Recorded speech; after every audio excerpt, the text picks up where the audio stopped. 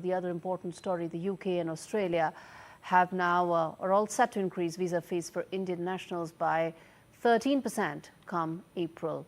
And in fact, this will impact student as well as work visas and visitor visas, causing potential financial strain and altering migration trends as well. The fee hike is not insignificant. It will have an impact on bilateral ties as well, because it is going to have an impact on people-to-people relationships, whether it's the student community, whether it's the skilled workers, all of them are likely to be impacted. I'm going to now get in an expert to understand the scale at which this is now going to have an impact in terms of the trends of people exploring these avenues. Prashant Ajmera, who's an immigration expert and also a lawyer, joins me to talk more on this. Prashant, now is this a bit of a shocker that's come in? 13% is a very significant hike in visa fees, isn't it?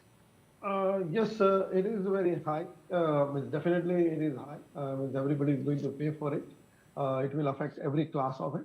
But also we have to realize it that these Western governments, whether it's a UK, Australia, even Canada or USA, they do this one on a regular basis to be in line with the inflation.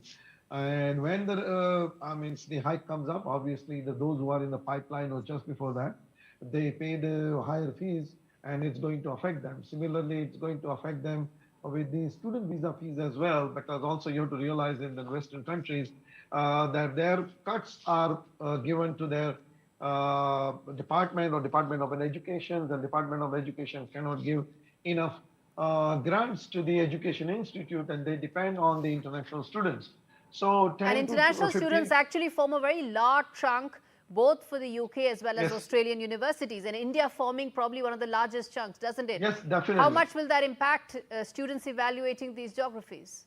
Definitely it will affect when you are just taking a loan from the bank, and then you say, okay, I made my investment, the loan of £9,000 for in England, say, for example. Now you have to struggle and say that, okay, no, not £9,000, I needed £11,000. So those who are on a borderline is going to be affected. They have to make an arrangement or an extra or additional arrangement for their educations. So it will definitely affect them. But also people has to realize that this is not coming for the first time. I've been in a practice for almost 32 years.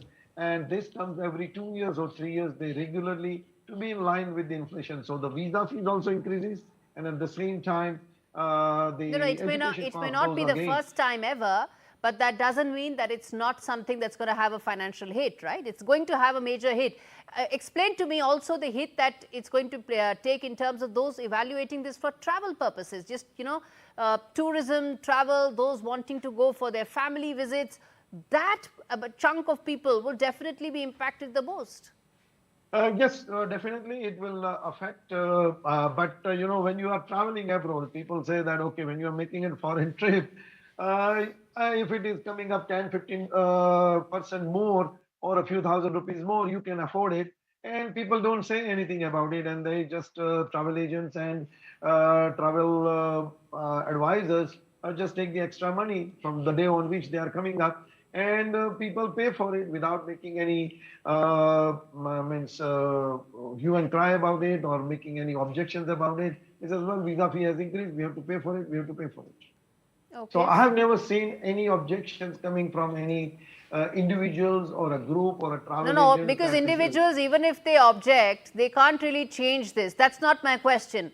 You and I can't sit and object and change that. But what it can do is, it can change consumer patterns. That's my question. Do you see that happening? Consumer patterns, yes, definitely they will look at it. If you see this one, when it comes to the traveling, now the major European countries, America, UK, has changed. And now people are going to the countries where people has never thought of that they will go to, like neighboring countries.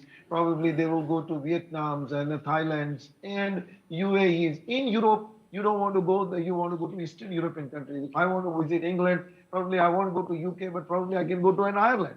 So definitely when the visa fees increases, people do look at it that, okay, can I go to somewhere else? Definitely it does changes, and the people do look at it, because in rupees terms, it turns out to be quite a big significant amount. It's a significant amount when you convert it into our INR. Yeah. Tonight actually I'm flying with the Rotary Internationals. We are flying to Baku, Azerbaijan. Why we have chosen that one? Because the fees are very reasonable. That's a fair point. Rotarians are. I'll have to leave it there. Thanks much for speaking to me. The fact is that at the end of the day, 13% is a very significant visa hike. It will impact consumer patterns, both whether it is for those who have discretionary travel and those who don't have discretionary travel, like in the case of students and skilled workers.